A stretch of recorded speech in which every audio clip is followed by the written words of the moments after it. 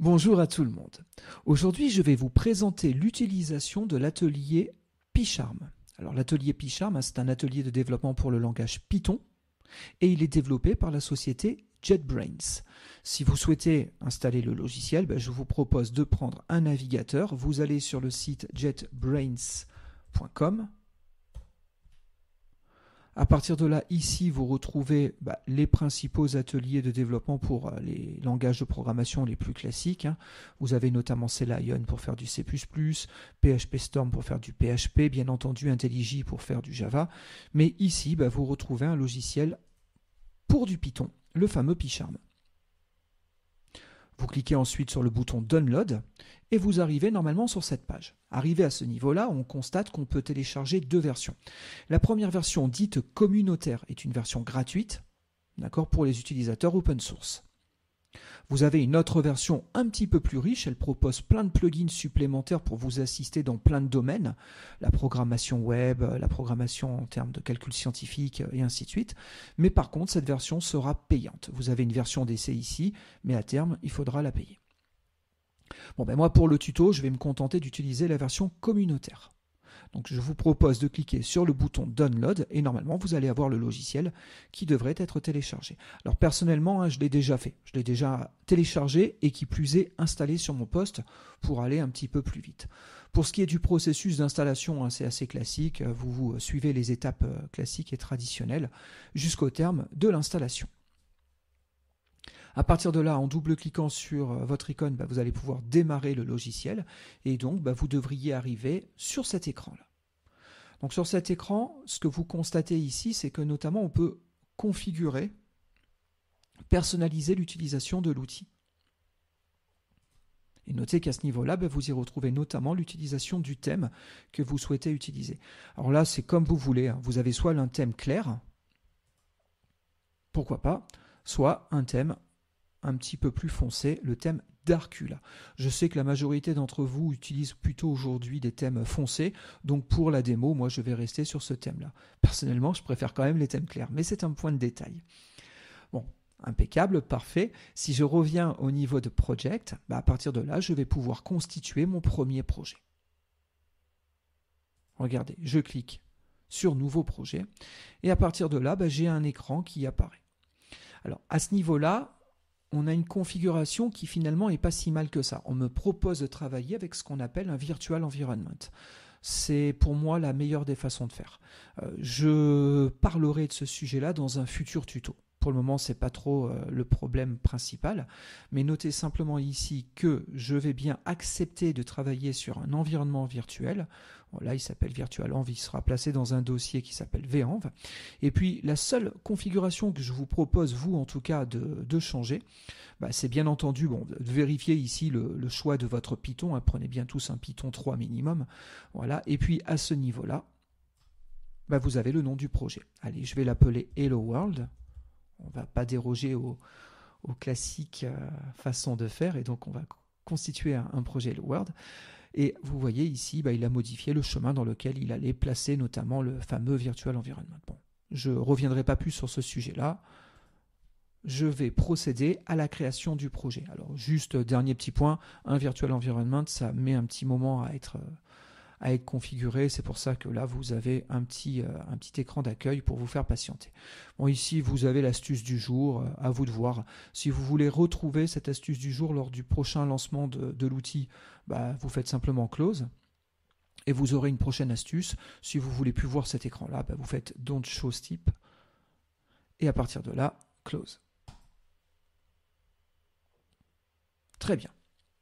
Bon, du coup, l'outil démarre et vous voyez, on a déjà un premier petit bout de code qui nous est proposé. C'est un bout de code de démarrage. Si vous voulez l'utiliser, vous pouvez le lancer. Pour lancer ce bout de code, vous faites bouton droit. Alors, il faut attendre que l'indexation ici soit terminée. Là, il analyse un petit peu tout mon environnement d'exécution pour vérifier toutes les librairies que j'ai de présentes sur mon environnement Python. Bon.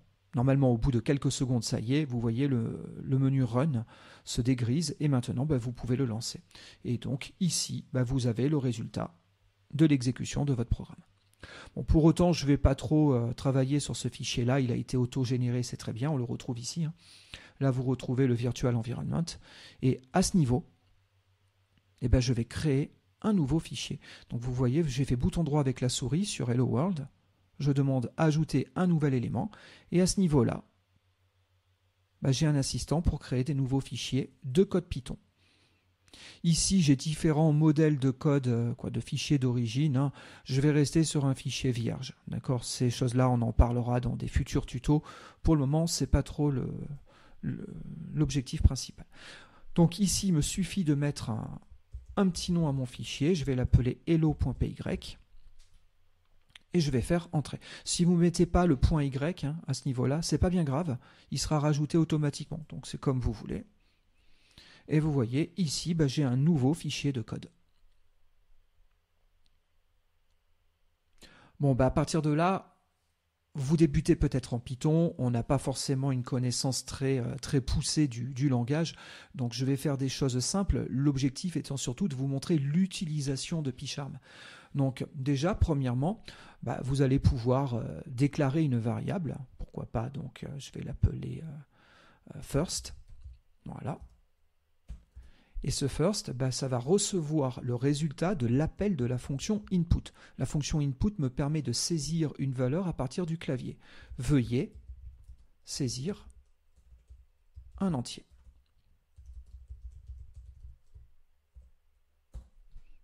Pour le moment, je m'arrête là. Je vais juste faire un print de first.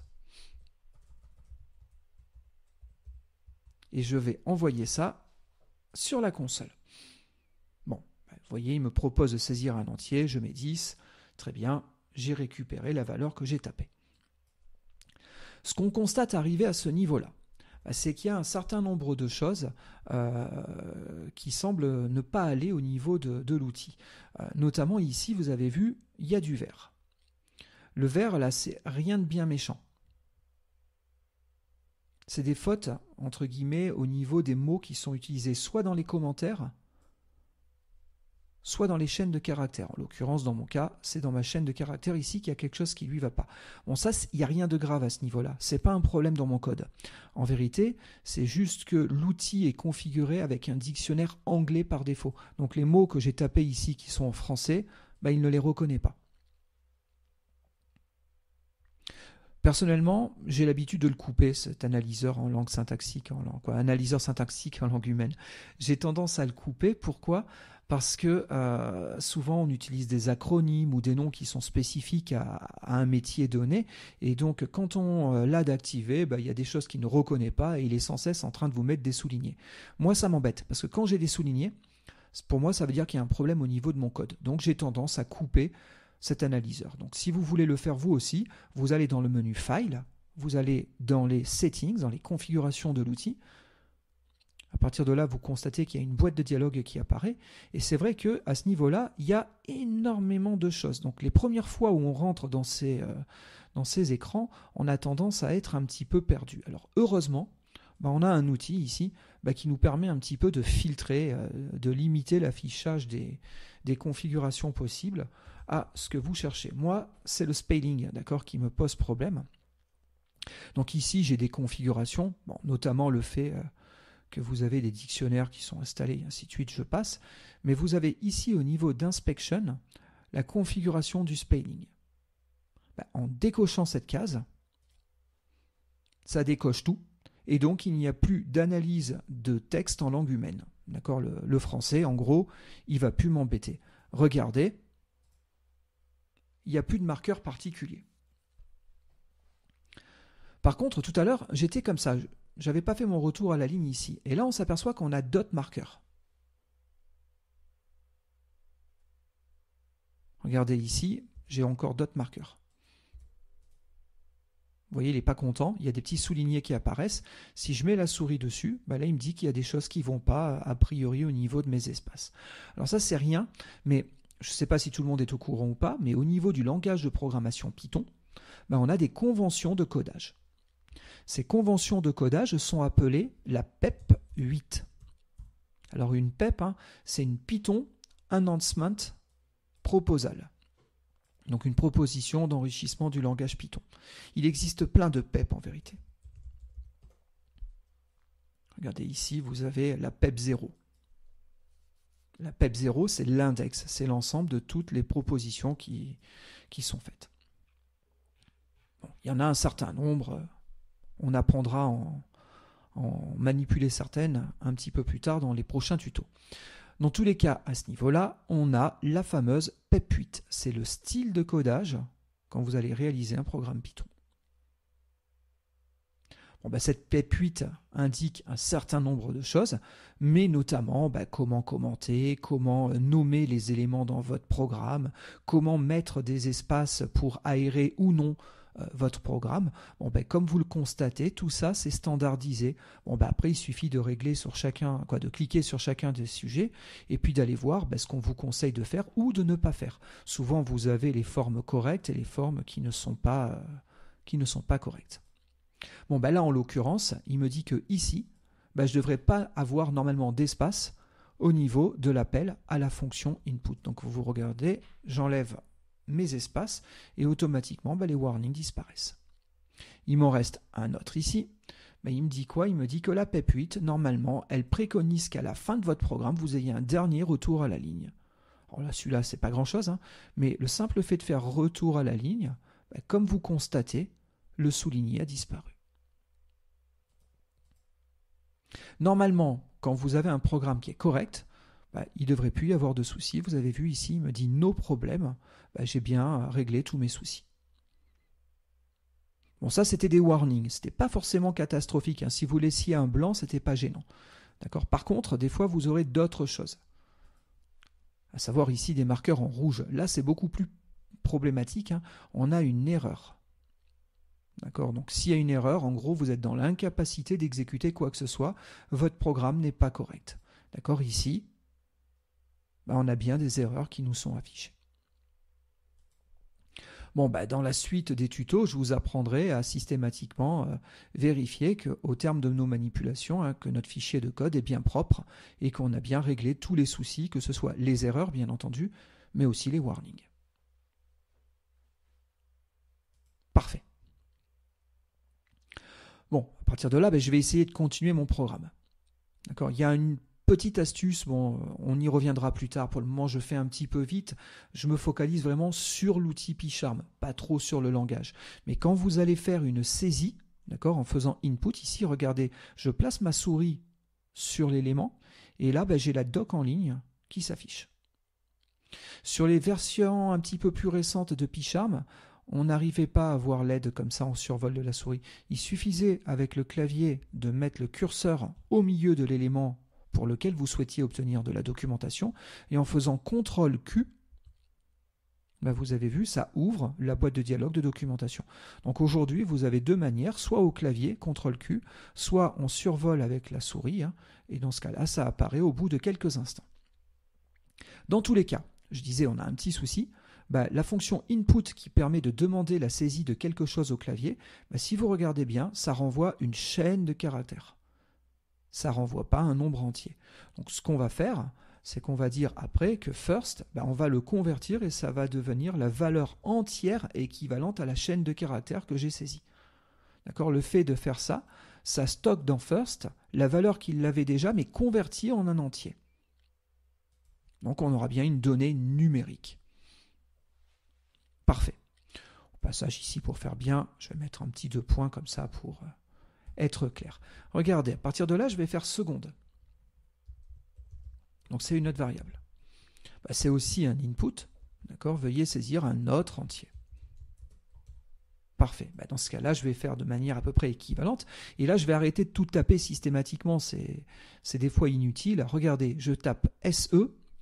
D'accord ? Vous avez vu automatiquement, il me propose des suggestions. Donc ça, ce panneau-là, c'est des suggestions qui me sont proposées. Ça me permet éventuellement de ne pas être obligé de tout taper ou de retrouver des choses si j'avais un petit trou de mémoire. Mais cette liste de suggestions, vous pouvez la perdre. Là, je viens d'appuyer sur Escape. Échappe. Donc le fait d'avoir cliqué sur la touche Échappe, d'avoir appuyé sur la touche Échappe, m'a fait disparaître la liste de suggestions. Si je refais CTRL espace, celle-ci réapparaît. Regardez, avec les flèches haut ou bas, vous pouvez bouger dans la liste des suggestions. Quand vous êtes sur l'élément qui vous intéresse, soit vous faites Tab, la touche Tab, soit vous appuyez sur la touche Entrée. Normalement, ça complète automatiquement le nom de la variable ou de l'élément que vous souhaitez injecter. Bon, si vous travaillez comme ça vous évitera les coquilles à la saisie, des fautes de frappe. Ça vous permettra aussi d'être plus rapide parce que vous n'aurez pas systématiquement à taper tous les caractères d'un nom. Bon, regardez, je refais la même chose. Et donc, vous voyez, là, j'ai la suggestion qui m'est proposée. Je fais Entrer. C'est automatiquement complété. Bon, à partir de là, maintenant, je vais faire des affichages. Et c'est pareil. Regardez, je remets la souris sur Print. Vous avez vu, il me dit quoi? Il m'affiche la documentation de la fonction Print. Et donc, il me dit notamment que quand on va utiliser Print, on peut mettre une valeur, mais les points qui sont ici me disent qu'en vérité, je peux en avoir autant que je le veux. Print the values. D'accord? Donc, on peut en afficher autant qu'on veut. Donc ça veut dire que si là j'affiche une chaîne de caractères, first plus seconde égale, voilà, si là je fais virgule, je vais pouvoir mettre une autre valeur. Par exemple, je peux mettre first plus seconde. Alors là, je fais une addition, donc il va ajouter mes deux valeurs que j'aurai renseignées, il va m'afficher normalement la somme des deux valeurs. Alors notez néanmoins que ça peut ne pas être correct. Là, je ne sais pas pourquoi il ne me le dit pas, c'est bizarre d'ailleurs. Je vais faire autrement, regardez, je vais faire S égale first plus seconde. Alors c'est bizarre, normalement j'aurais dû avoir une petite information au niveau de la PEP 8. Je pense que vous l'aurez certainement. Je ne sais pas ce qui arrive là, c'est l'effet démonstration. Mais en tout cas, au niveau de la PEP 8, il est dit que normalement, quand vous utilisez des white space, des espaces, il est de bon ton entre les opérateurs de mettre des espaces. Il y a différents exemples ici qui vous sont proposés. Mais vous voyez, il vous dit ça c'est faux. Pourquoi? Parce que quand je vais faire un i plus 1, ça ne respecte pas la PEP 8. Donc normalement, la bonne syntaxe, ce serait celle-ci, i espace plus espace 1. D'accord? Bon, je vais le respecter, même si là, il ne me le dit pas, c'est un petit peu bizarre, mais je vais faire comme ça, voilà. Et ici, c'est pareil, je vais remettre mes espaces. Bon, du coup, si je lance mon programme, je saisis un premier entier, 3, je saisis un autre entier, 7. Bon, vous avez vu, 3 plus 7, ça fait 10. Voilà. Donc là, j'ai pu afficher deux informations au niveau de mon print, parce que simplement j'ai fait confiance à la documentation et il m'a dit, voilà, vous pouvez envoyer plusieurs valeurs séparées par des virgules. Donc j'ai envoyé une chaîne de caractères et une donnée numérique qui est la somme de mes deux variables. Alors il y a peut-être un truc qui pourrait vous surprendre. C'est que là, si vous regardez, vous allez peut-être me dire, mais tiens, c'est bizarre, il y a deux espaces là. Il n'y en a pas un, il y en a deux. Pourquoi il y en a deux? C'est pas évident de le voir au premier coup, mais moi, ici, j'en avais mis qu'un. Certes, celui-là, il y est, c'était le premier espace qui était ici. Mais d'où sort le deuxième espace juste avant 10? Regardez, je remets la souris. Et vous voyez, la documentation, ça vous sera toujours utile. Je vous montre ça, c'est pas vraiment dans l'objectif de vous apprendre à systématiquement aller vérifier ce que je vais pouvoir vous montrer ou ce que vous allez découvrir au fur et à mesure que vous allez avancer dans l'étude du langage. Et donc, de temps en temps, on trouve des informations fort pertinentes. C'est qu'il y a d'autres paramètres. Ici, on a ce qu'on appelle des paramètres nommés, on en reparlera plus tard, mais notamment, il y a un paramètre CEP. Et ce paramètre CEP, par défaut, il vaut blanc. Et à quoi ça correspond ce séparateur, ce CEP? C'est un espace qui va être mis en place entre chaque paramètre du print. Donc du coup, comme il y a déjà un espace, si j'en veux pas deux, il faut que je supprime mon espace à moi. Regardez, Cette fois-ci, il n'y a plus qu'un espace au niveau de ma chaîne de caractères. Bon, ben ça, vous pouviez le trouver en regardant la documentation ici. D'accord? Et donc, SEP, c'est quoi? C'est une chaîne de caractères qui est insérée entre chaque valeur, par défaut, un espace.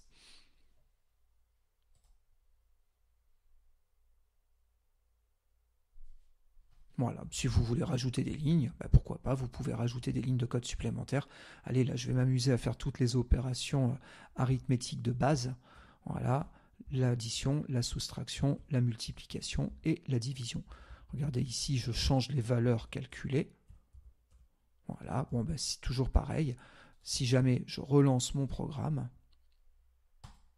bon, à partir de là, si j'ai 3, maintenant, allez, je vais mettre 5. Et je vais mettre 2. Voilà. Donc 5 et 2, 7. 5 moins 2, 3. 5 fois 2, 10. Et 5 divisé par 2, ça fait bien 2,5. Donc les résultats sont corrects. Alors je ne sais pas si vous avez essayé, quitte à faire des pauses dans la vidéo, mais de refaire les manips avec moi.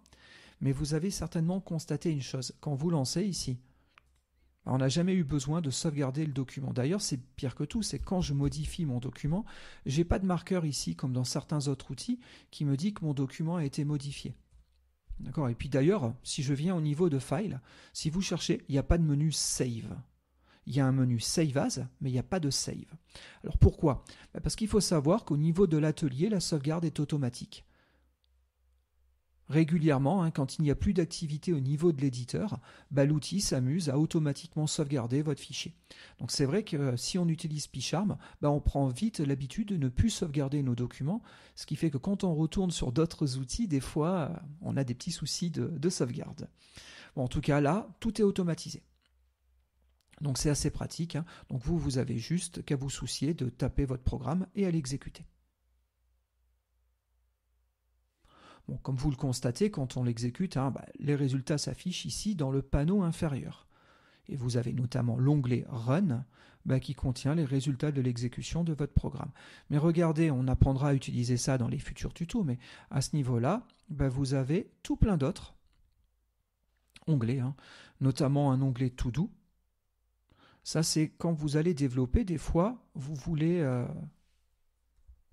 marquer que quelque chose n'est pas fini. Vous allez pouvoir mettre un commentaire. Là, vous allez rajouter To Do, 2 points. Et là, vous allez rajouter un message à finir plus tard. Bon, regardez, qu'est-ce qui se passe à ce niveau-là? Il me dit qu'il y a un item dans la To-Do list. Et donc, j'ai cet item qui est là. Si je ferme mon fichier, et si plus tard je redouble-clique ici, automatiquement, il me réouvrira le bon fichier et il me placera sur la ligne où le to-do est présent. D'accord? Donc ça, c'est ce qu'on appelle la to-do list. C'est l'ensemble des tâches restantes à effectuer. Bon, n'hésitez pas à mettre des to-do si vous voulez ne pas oublier de finir quelque chose avant la fin de votre programme. Ici, vous avez la vue problème, l'onglet problème. C'est quand il y a des erreurs principalement. Regardez, là, je fais un gros souci. J'enlève une parenthèse. Donc mes parenthèses ne sont plus par paire. Il m'en manque une. Bon, ça génère une erreur de syntaxe. Et donc ici, vous avez les informations sur où est-ce que lui, il retrouve des erreurs. Le problème, c'est que l'erreur qui est ici a tout déstabilisé et a cascadé des erreurs jusqu'à la fin de votre programme. C'est pour ça qu'on a plusieurs marqueurs à ce niveau-là. Quand c'est le cas, toujours commencer par régler les premiers.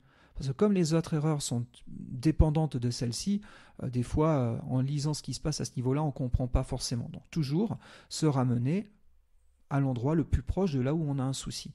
Et vous voyez, il m'a directement placé après print. Il me dit ici, il y a un souci. Effectivement, il me manquait une parenthèse.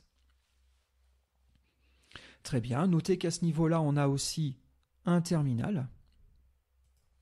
Donc ça, c'est un terminal au sein de votre système d'exploitation. Pour ma part, je suis un utilisateur de Linux. Mon système préféré, moi, c'est Linux. Et donc ici, je peux lancer différentes commandes. Si je veux faire un ls-l, vous avez vu, il exécute la commande, tout comme si j'avais été dans un shell traditionnel. J'aurais pu avoir un shell au niveau de mon système, une console si vous préférez, et j'aurais pu taper une commande. La petite nuance entre ce qui s'est passé ici et ce qui s'est passé là, c'est qu'à ce niveau-là, on constate, j'étais automatiquement placé dans le bon dossier, dans le dossier de mon projet.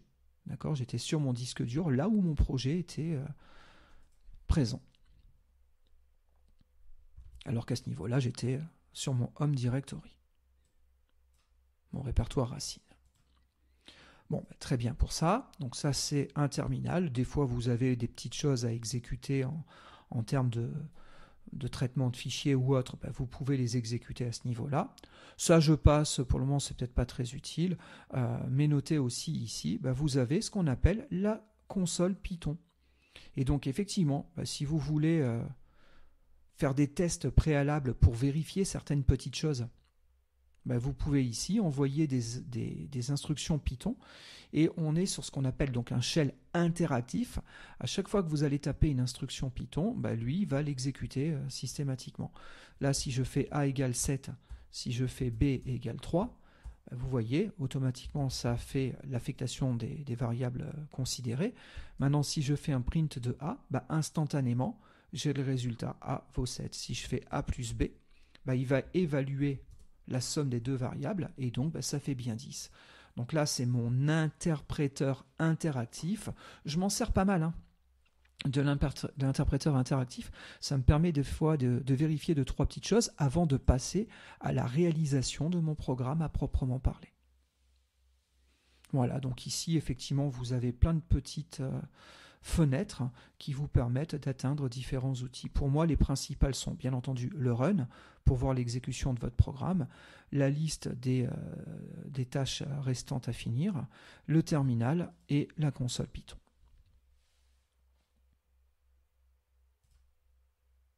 Notez, si vous avez votre programme qui est en cours d'exécution, mais pareil aussi pour la console Python qui est ici, vous avez toujours un carré rouge. S'il y a quelque chose en cours d'exécution, vous pouvez l'arrêter. Au pire, vous pouvez le relancer d'ici indirectement. Voilà, vous avez vu là, mon programme cette fois-ci s'est exécuté jusqu'au bout. Donc le programme s'est arrêté, il n'y a donc plus le fameux carré rouge. Bon voilà pour ça. Qu'est-ce que je peux encore vous montrer sur l'outil ? Il y a des raccourcis clavier intéressants à connaître. On en reparlera plus tard. Mais par exemple, quand vous allez chercher à faire des boucles, allez, je vais faire counter égale 10. Voilà, et là je vais faire tant que counter est supérieur à 0. Je vais faire un print de counter et je vais enlever 1 à chaque tour de boucle à ma variable. Donc ça va tourner jusqu'à arriver à 0. D'accord ? Le moins égal ici, c'est pour retirer 1 à la valeur actuelle de ma variable. D'accord ? Quand j'ai fini, allez, pourquoi pas, je fais un print de boom. Imaginez, vous voulez juste tester cette partie-là. Regardez, je peux sélectionner tout ce qu'il y a ici. Et là, je peux soit aller dans le menu code, et vous voyez, je peux faire le CTRL plus slash. Alors le slash, c'est celui qui est sur le pavé numérique. La plupart du temps, c'est la touche qui est au-dessus du 8, d'accord, sur le pavé numérique. D'accord, si vous faites CTRL slash, vous avez vu, ça a commenté tout ce bloc-là. Alors effectivement, en Python, un commentaire, ça commence par un dièse.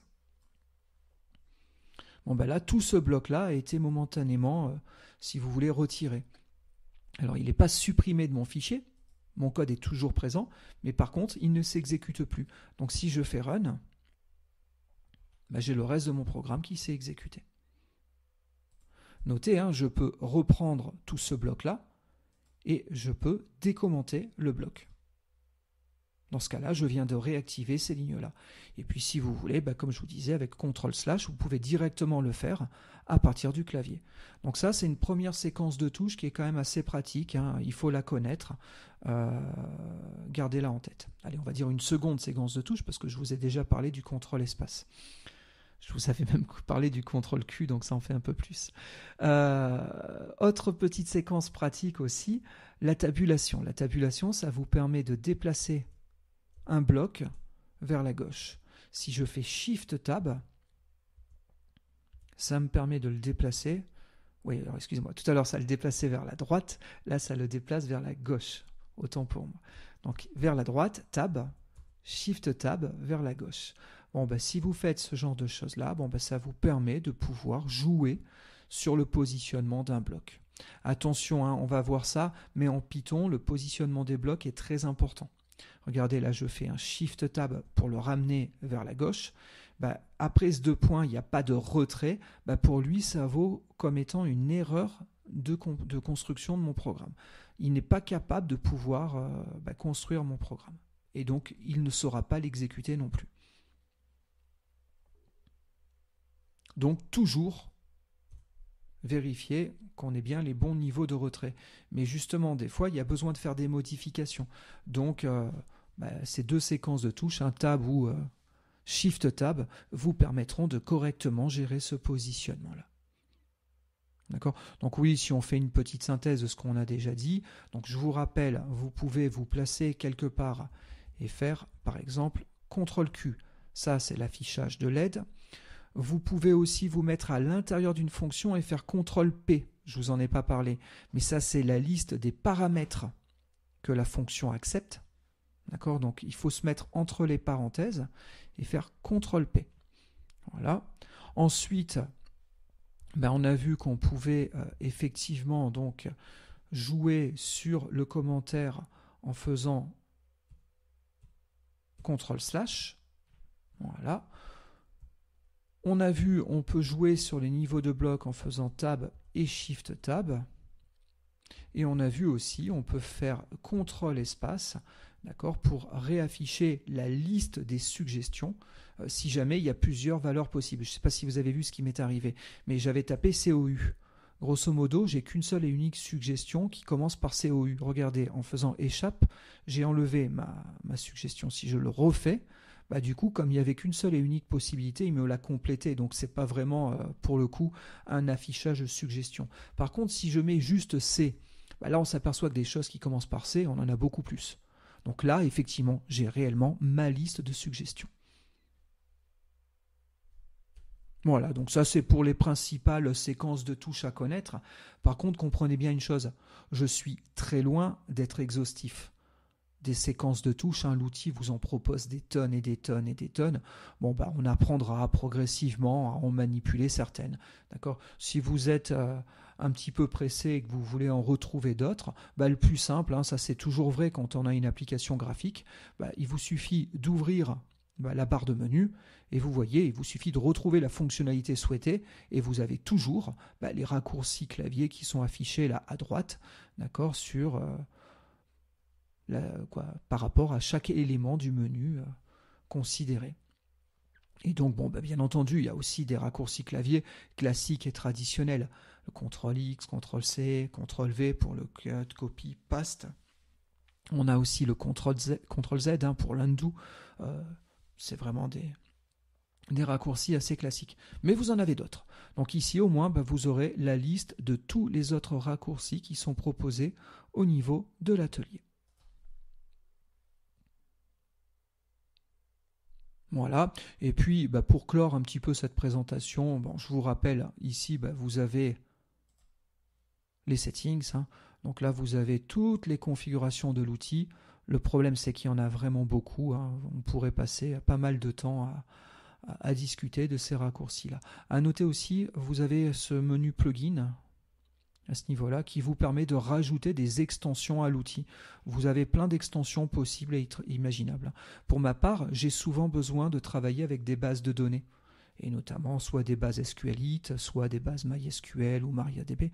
Vous voyez ici, en mettant dans le filtre quelque chose qui vous intéresse, s'il y a des plugins qui permettent de vous aider sur le sujet considéré, ils sont affichés à ce niveau-là. Et donc personnellement, moi j'utilise beaucoup le Database Navigator qui me permet d'ouvrir une base de données dans PyCharm et d'en voir son contenu. Comme on le constate ici dans la documentation, ça supporte différentes natures de bases de données, donc il n'y a qu'à l'installer. Si jamais vous installez un plugin en cliquant sur Install, il faut savoir qu'ensuite il faudra redémarrer PyCharm. Pourquoi ? Parce que les plugins sont découverts au démarrage de PyCharm. Donc si vous voulez installer quelque chose, n'hésitez pas. Dans ce cas-là, après, vous redémarrez. Donc voilà, donc ça c'est les settings. Notez qu'on retrouve aussi ici le menu apparence, je vous en ai parlé à un autre endroit au démarrage de ce tuto, mais vous avez ici encore une fois les thèmes. Si vous souhaitez changer de thème parce que ce thème sombre ne vous conviendrait pas et que vous préférez un thème clair, encore une fois vous retrouvez ici la possibilité de changer. Bon, ben voilà pour ce menu settings. Et puis à chaque fois que vous allez fermer votre atelier, puis, certainement le lendemain, vous allez le réouvrir. À partir de là, vous reviendrez sur le dernier projet ouvert. Donc là, vous avez vu, je suis revenu sur mon projet Hello World. Si jamais vous voulez revenir à l'écran initial que je vous ai proposé tout à l'heure, il suffit de faire un Close Project. Et à partir de là, on est revenu sur l'écran d'accueil et là, vous avez les précédents projets qui s'affichent.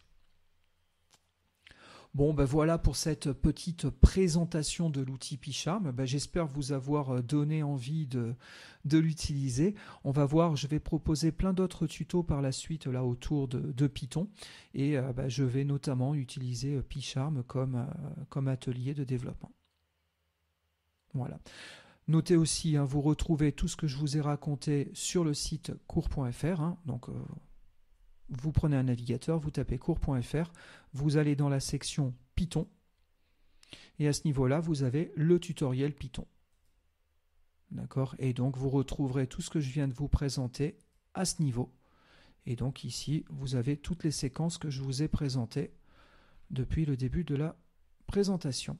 Voilà, j'espère que tout ça vous a bien plu. Si c'est le cas, n'hésitez pas à repartager la vidéo, c'est vraiment important, ça m'aide beaucoup. Et puis je vous dis à très vite pour des prochains tutos avec Python et PyCharm. Allez, merci de votre attention, bye.